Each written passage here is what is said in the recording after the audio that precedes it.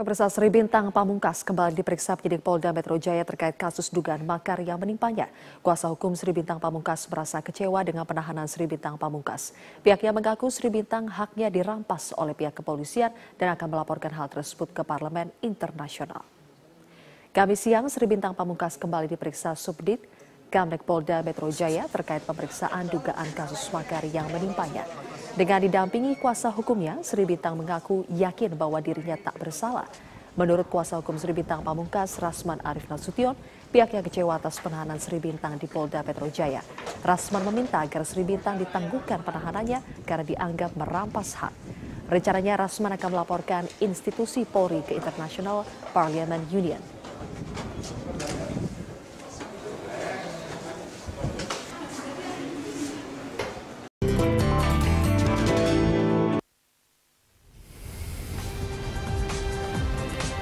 Pemerintah menargetkan penurunan selisih pasokan dan permintaan rumah atau backlog hingga 6,7 juta unit di 2019 mendatang.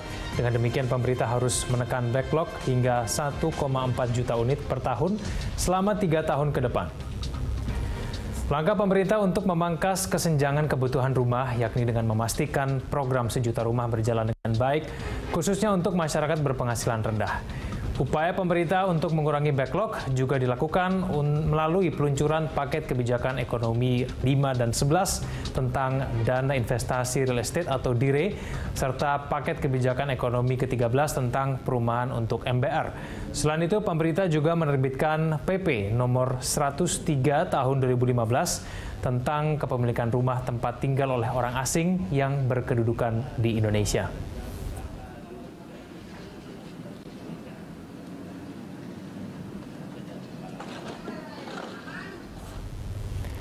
Pemirsa, kembali kita lanjutkan dulu Pak Edi, untuk mengejar backlog tadi, sebetulnya yang bisa dilakukan pemerintah paling tidak hal-hal konkret saja untuk mempermudah para pencari rumah ini ya untuk mendapatkan rumah itu apa sih Pak?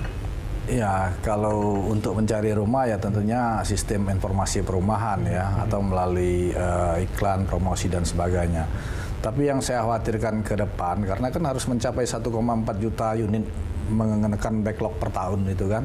Nah, ini kerja berat ini bagi realistis tidak itu enggak itu Pak? Ya bisa realistis, bisa tidak. Artinya begini, banyak hambatan ke depan ini yang kami baca. Di antaranya adalah yang pertama yang sering berulang adalah masalah PKU. PKU ini untuk 2017, apakah sudah ditandatangan tahun ini? Jangan sampai nanti di Januari kita nggak bisa akad karena gara-gara PKU belum siap. Kedua, masalah SBUM, yaitu di mana rumah-rumah yang di pojok dan sebagainya itu tidak bisa mendapat FLPP karena dianggap harganya lebih tinggi, padahal kita jual dengan harga yang sama. Kemudian yang ketiga yang saya dengar lagi bahwa adanya rencana setiap pencairan FLPB dari ke perbankan itu harus persetujuan DPR. Ini pasti akan menghambat sekali penjualan rumah di tahun depan. Nah, oleh karena itu kita minta supaya kita lebih wise lah, kita ingin program ini berjalan. Kita minta yang hal-hal ini janganlah dilaksanakan seperti itu.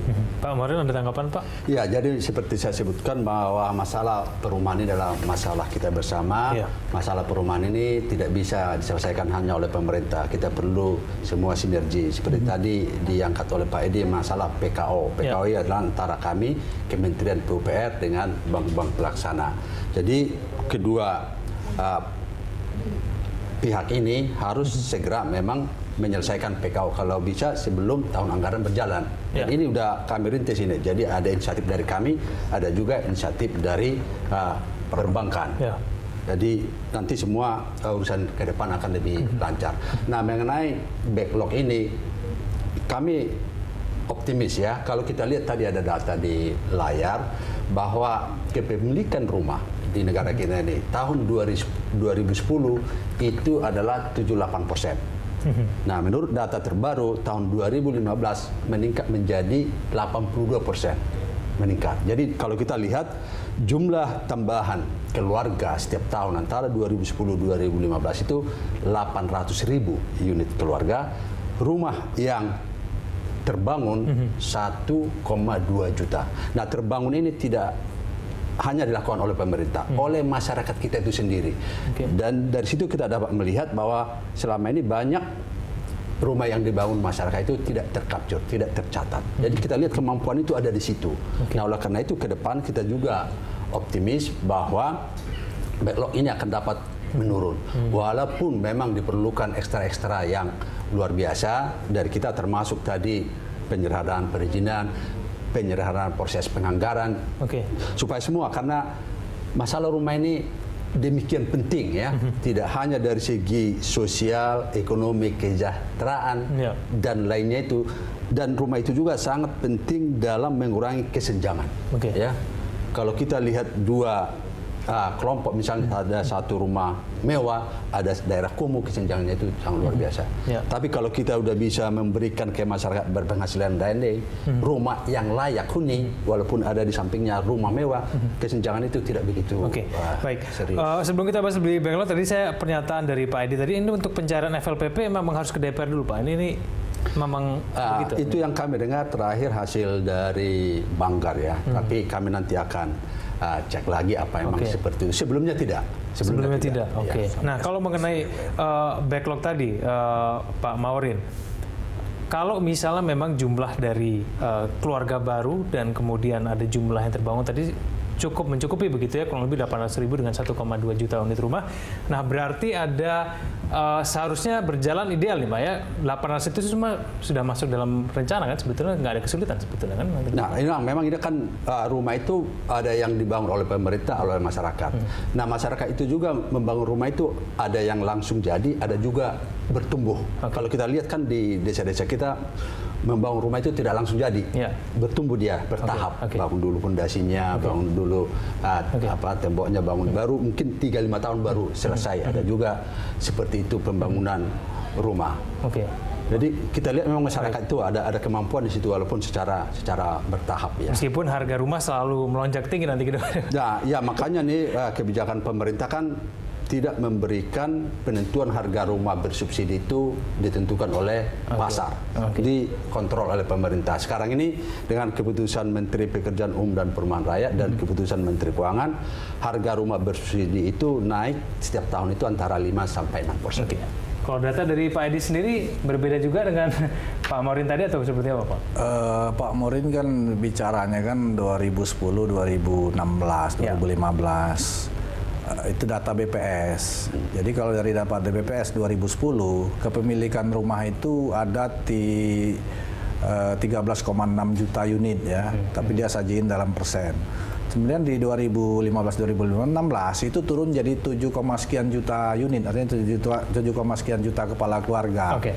Saya sebenarnya lebih percaya dengan data PU daripada data BPS. Karena apa? Data BPS antara 2010 dengan 2015 ini pasti ada salah satu yang keliru.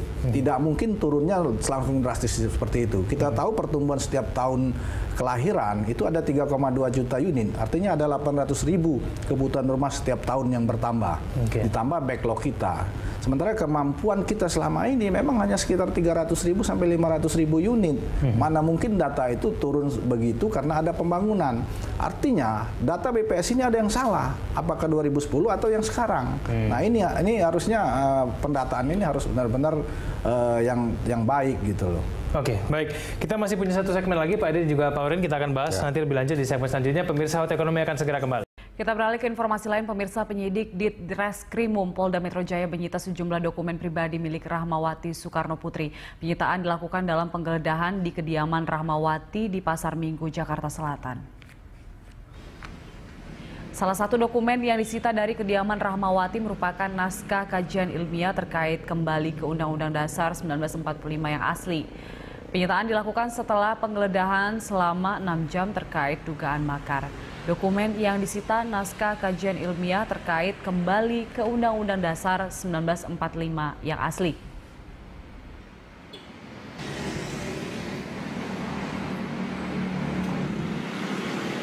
Hasil survei Lembaga Survei Indonesia yang menempatkan pasangan Ahok Jarot di urutan teratas elektabilitas Cagup-Cawagup DKI Jakarta memunculkan pertanyaan, apakah warga Jakarta tidak terlalu terpengaruh dengan kasus dugaan penistaan agama yang tengah dihadapi Ahok?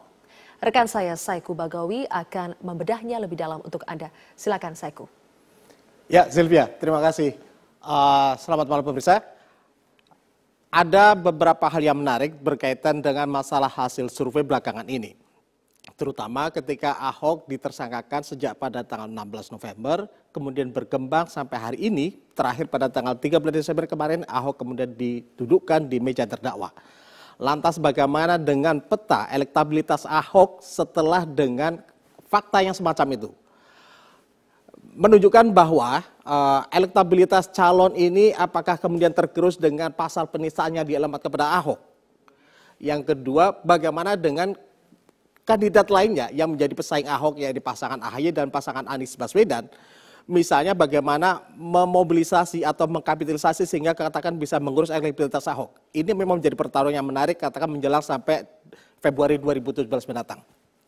Seperti Anda saksikan di layar ini, dari hasil survei Lembaga Survei Indonesia yang baru dirilis pada hari ini, dan ini survei berdasarkan pada kemampuan untuk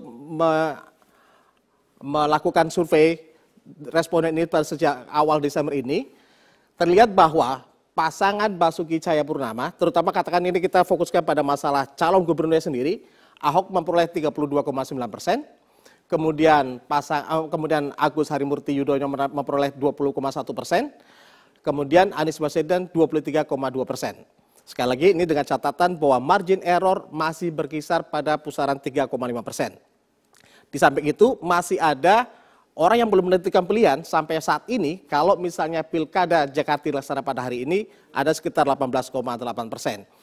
Yang menarik adalah bahwa elektabilitas Ahok ini bergerak naik semenjak kasus ini bergulir dari katakan 3 bulan lalu, 2 bulan 3 bulannya lalu, kemudian setelah Ahok dinyatakan sebagai tersangka pada 16 November.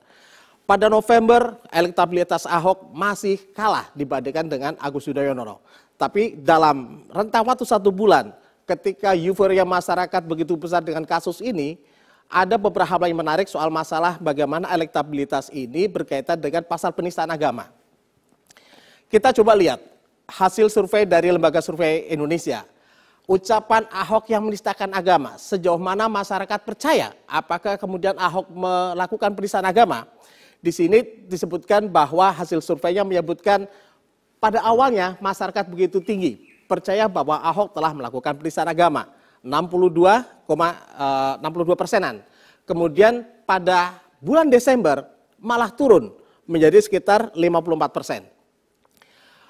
Apakah kemudian bagaimana dengan peta yang tidak? Ini juga dilihat bahwa apakah mereka percaya Ahok tidak melakukan penistaan agama, justru malah kemudian mereka yakin Ahok tidak melakukan penistaan agama semakin naik pada bulan Desember 2017, pada 2016 ini. Survei ini bermaksud memang secara proporsional, kredibel, mengambil sampel sekitar 800 responden di Jakarta. Kita lihat pada grafik berikutnya. Di sini, pernahkah Anda menonton video rekaman Ahok yang pernah diunggah oleh katakan Pemprov DKI Jakarta pada tanggal 27 September 2016 lalu? Pada awalnya, pada bulan November, masyarakat cukup rendah. Tidak terlalu antusias untuk menyaksikan video yang menjadi heboh, yang kemudian menjadi viral, yang kemudian menjadi perbincangan, dan kemudian mengantarkan Ahok ke kursi terdakwa pada tanggal 13 Desember lalu. Di sini terlihat bahwa kemudian masyarakat penasaran dalam tanda petik untuk bisa mengklarifikasi sejauh mana kebenaran dari video itu. Apakah betul-betul video itu Ahok melakukan penistaan atau kemudian ada semacam stigma tertentu. Di sini terlihat bahwa kemudian hasilnya masyarakat telah menyaksikan hasil video yang diunggah oleh Pemprov DKI Jakarta maupun kemudian video yang kemudian sudah dicuplik oleh katakan Buniyani yang kemudian menjadi viral belakangan ini.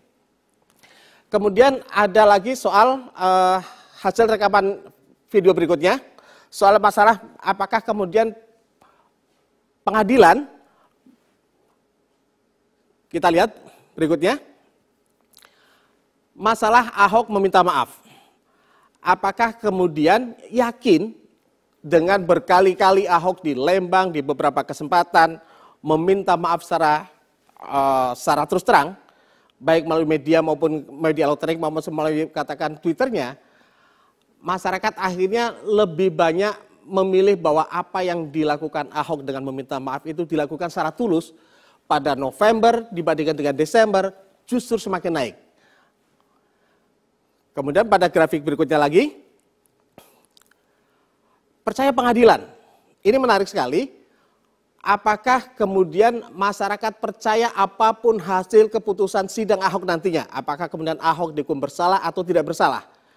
79% masyarakat Jakarta khususnya percaya apapun yang akan diputuskan oleh pengadilan. Artinya apa yang akan dilakukan oleh Pengadilan Negeri Jakarta Utara memutus tentang perkara Ahok ini, mereka melihat bahwa Pengadilan Negeri Jakarta Utara akan bersikap fair secara objektif. Ini sangat menarik, Sylvia. Jadi bagaimana kemudian ini bisa menjadi perbincangan, diskursus yang menarik katakan belakangan ini sampai karena kemudian Ahok didudukkan di penjara terdakwa ini. Menerima hasil keputusan pengadilan, bahwa apapun hasilnya Ahok misalnya 71% di sini masyarakat yakin akan percaya apapun hasil pengadilannya. Kemudian hanya ada 6% masyarakat mempertanyakan kalau misalnya Ahok diputus bersalah, apakah kemudian mereka percaya? Yang 14% ini menyebutkan bahwa mereka tidak begitu percaya kalau kemudian Ahok dinyatakan tidak bersalah. Jadi pemirsa, ini mengabarkan apapun hasil survei ini, mengabarkan katakan fenomena Jakarta belakangan ini, terutama di dalam pertarungan pilkada di Jakarta, berkaitan dengan Ahok yang kemudian didudukkan sampai ke kursi terdakwa. Bagaimana kemudian masyarakat bisa memilahkan antara pilkada DKI Jakarta dengan kasus hukum Ahok. Ini juga bisa mencerminkan bagaimana kita sebagai masyarakat Jakarta dan warga Indonesia khususnya bisa menerima secara objektif apapun hasil pengadilan nanti. Demikian, Sylvia. Terima kasih Saiku Bagowi atas pemaparan Anda.